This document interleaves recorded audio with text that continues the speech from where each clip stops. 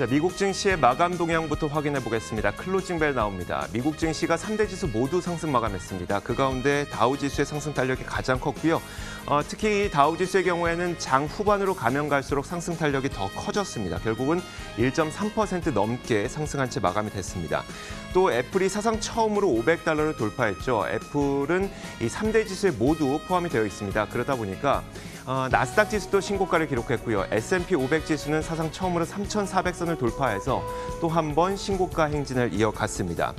자, 이날 시장은 백신과 치료제 그리고 코로나 환자 수가 감소하고 있다는 소식이 지배적이었었는데 일단 이 시간을 통해서 전해드린 것처럼 FDA에서 혈장 치료제를 긴급 사용 승인을 했다는 소식도 시장에서 지배적으로 작용을 했었고요. 뿐만 아니라 아스트라제네카가 개발하고 있는 백신을 패스트트랙으로 긴급 사용 승인을 검토하고 있다는 소식 이 역시 긍정적으로 작용했습니다.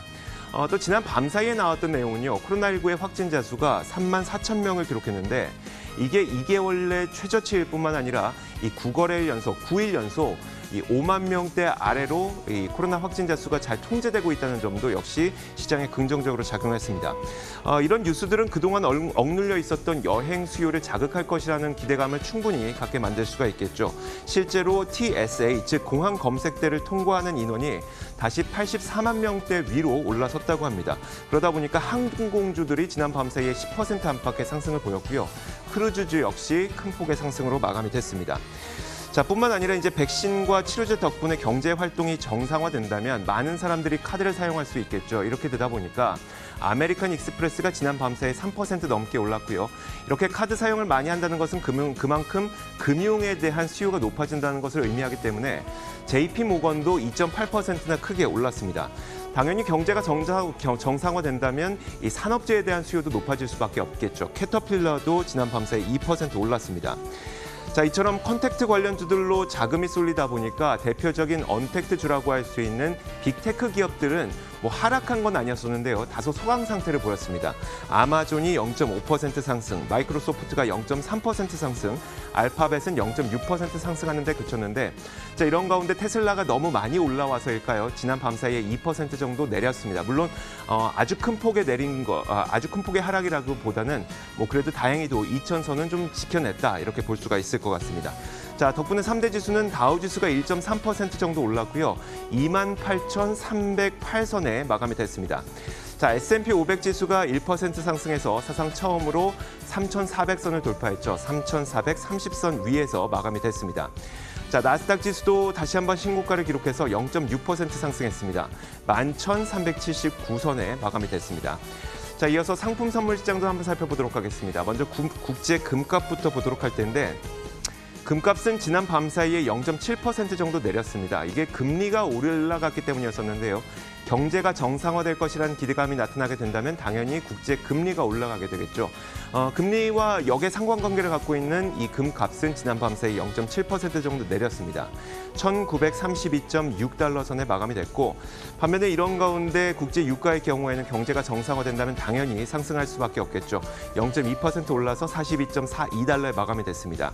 자, 10년물 국채금리 어떻게 마감되는지 살펴보도록 하겠습니다. 자, 국채금리는 1% 정도 올랐습니다. 0.657%까지 오른 채 마감이 됐고요. 달러 인덱스는 큰 변화는 없었습니다. 달러 인덱스 0.07% 강보합권에서 93.31 정도에 움직이고 있습니다. 자, 이렇게 글로벌 시장의 마감 동향 살펴봤습니다.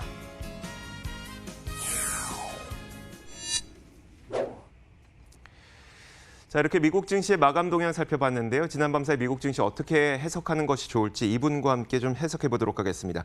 현대경제연구원 최양호 고문 전화 연결돼 있습니다. 안녕하세요. 네, 반갑습니다. 네, 최양호입니다. 또 전화로 만나게 뵙게 되니까 또 느낌이 색다르네요. 네, 감사합니다. 공화당 전당대회 전날에 이 미국 FDA에서 혈장 치료제를 긴급 사용 승인했는데 이게 분명히 미국 대선에 어떤 영향을 끼칠 것이라고 보고 이런 정책을 취한 것으로 보이거든요. 그 속내 어떻게 볼 수 있을까요? 그렇죠. 긴급 승인한 자체가 이제 자기 재선에 도움이 될 수 있는 부분인데 사실 이 혈장 치료제는요 올해 4월부터 뉴욕에서 쓰던 그 치료제입니다. 그래서 가장 심각했던 뉴욕주에서 쓰고 지금 현재 자료로는 한 2만 명 데이터가 있는 걸로 보여지는데요. 네. 이게 근데 좀 안전성에는 문제가 있죠. 왜냐하면 꼭 우리 이제 인상을 할 때는 무작위 대조군을 뭐 만들어서 거기에 이제 결과를 비교하면서 안정성을 우리가 파악하는데 지금 대주군이 없지 않습니까? 따라서 실제 효능이 어느 정도인지는 지금 알 수가 없고요. 뭐 기억하듯이 우리가 3월달에 트럼프가 아주 뭐 굉장히 긴급하게 하이드로클로로킨을 치료제로 승인했다가 취소한 바도 있지 않습니까? 네네. 따라서 뭐 그런 뭐 이유로 갈 수 있는 가능성도 있습니다만은 일단은 혈장 치료제는 굉장히 좋은 치료제입니다. 이게 뭐 부작용이나 이런 것들이 굉장히 뭐 최소한 상태에서 인간 몸에서 나왔기 때문에 그렇죠.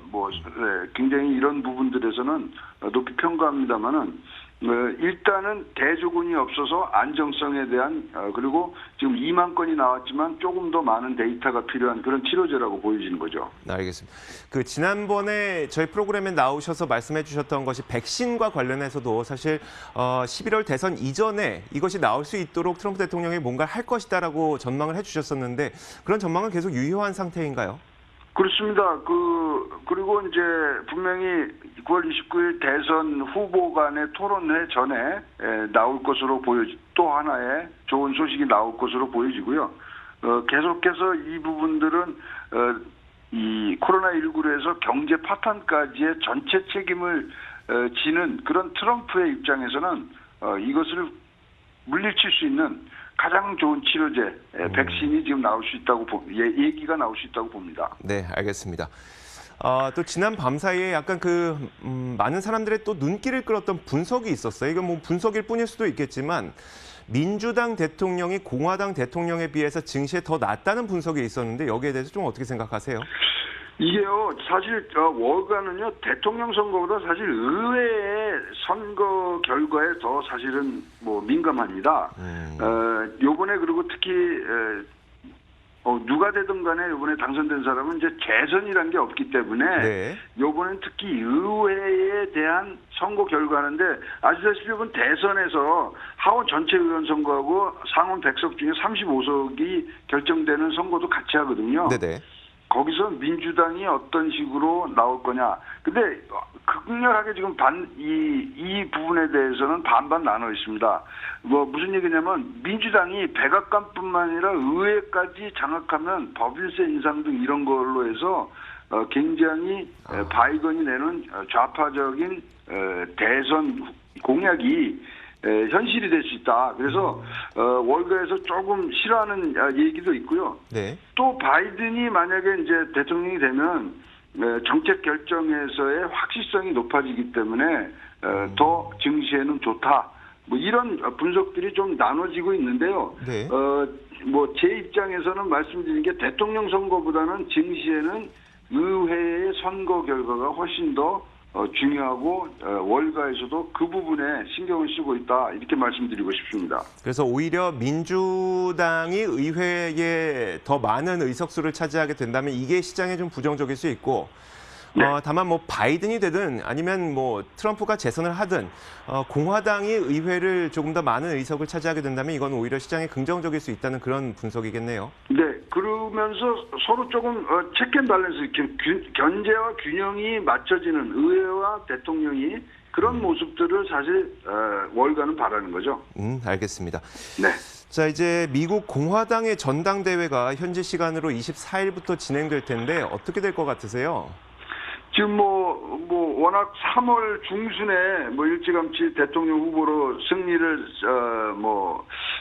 확정지은 트럼프가 요번에서는 이제 반전 모멘텀 바꾸는 부분들이 있는데 그런 걸로 보면 재미난 게 있잖아요. 이 리얼리티 쇼에 나왔었잖아요. 네네. 어프렌티스라고. 네. 거기 제작진이 지금 대거 투입이 됐습니다.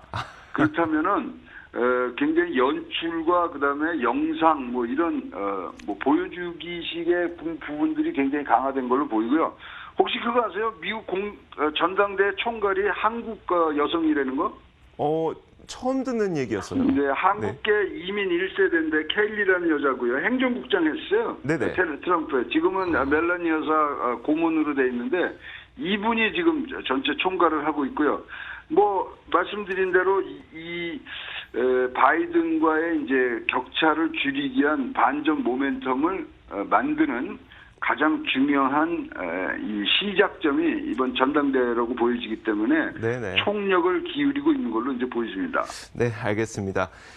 그리고 이제 그 지난 밤 사이에 저는 이 뉴스가 그래도 이 뉴스 역시 그냥 분석일 뿐일 수도 있겠지만 이제 설문조사를 해보니까 올해 말쯤이나 아니면 내년쯤에는 미국 경제가 침체에서 회복될 것이다. 그러니까 벗어날 것이다. 이런 의견이 나왔는데 이건 어떠세요? 근데 지금 골이 깊었기 때문에 항상 기저효과를 비롯해서 여러 가지를 또 생각했을 때는 반등의 폭이 클 겁니다. 그리고 반등의 폭을 크게 만들려고 할 거고요. 그러다 보니까 지금 우리나라가 올해는 굉장히 경제 성적표가 좋습니다만은 내년도에는 미국이 폭발적으로 좋을 수밖에 없는 그러한 지금 경제 성장표들을 갖고 오는데요. 이유는 단순합니다. 셧다운을 재개하면서 쌓여있던 그런 역량들이 같이 즉 이연 수요의 폭발적인 성장 이런 것들을 중심으로 한 미국 경제에 굉장히 큰 걸음 이것이 기대되는 것이 내년이라고 보여지는 거죠. 네, 알겠습니다. 자, 이렇게 지금까지 현대경제연구원 최양호 고문과 함께 지난 밤새 미국 시장에서 어떤 일들이 있었는지 이슈 한번 점검해봤습니다. 말씀 고맙습니다. 네, 감사합니다.